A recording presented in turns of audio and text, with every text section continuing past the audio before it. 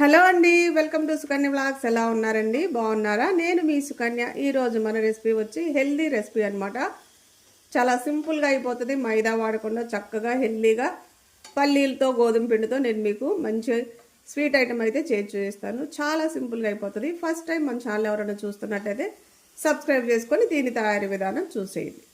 ముందుగా మనం ఒక బౌల్ తీసుకొని ఒక కప్పు దాకా గోధుమ పిండి తీసుకుందాం. ఒక చిటికెడు ఉప్పు వేసుకోండి. అలానే కొంచెం నూనె కానీ నెయ్యి కానీ వేసుకోండి, 1 టేబుల్ స్పూన్ దాకా. ఇప్పుడు ఈ రెండింటిని మనం మంచిగా కలుపుకోవాలన్నమాట.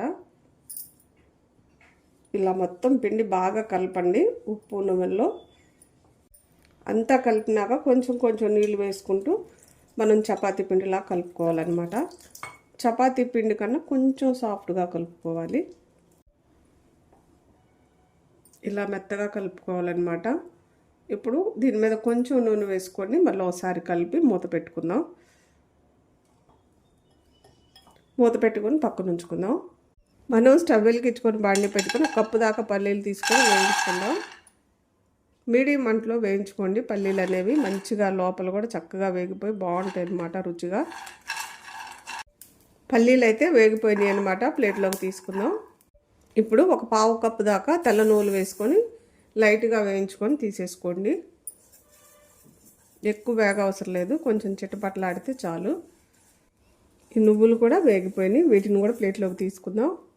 మనం ఒక మిక్సీ జార్ తీసుకొని వేయించుకున్న పల్లీలు పొట్లు తీసుకొని మిక్సీ జార్లో వేసుకుంటున్నాను అనమాట. మీరు కావాలంటే పొట్టుతో కూడా వేసుకోవచ్చు. అలానే నువ్వులు ఈ రెండు కలిపి ఒకసారి మెత్తగా మిక్సీ పట్టుకుందాం.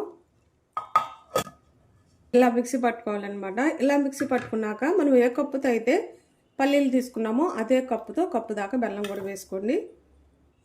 1 చిటికెడు ఉప్పు, 1 యాలకు వేసుకొని మరలా మొత్తం కూడా మెత్తగా మిక్సీ పట్టుకోండి.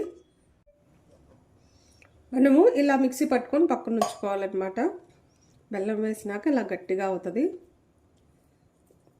చూసారు కదా ఇలా.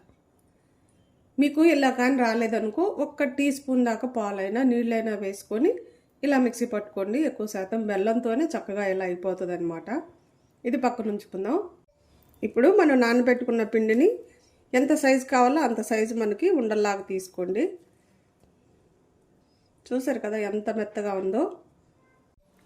మనము ఉండని ఇలా బొబ్బట్లు ఎలా చేసుకుంటామో అలా ఇలా రౌండ్గా చుట్టుకున్నాక దీంట్లోకి చిన్న సైజు ఉండ తీసుకొని మనం ఇలా పెట్టుకోవాలన్నమాట.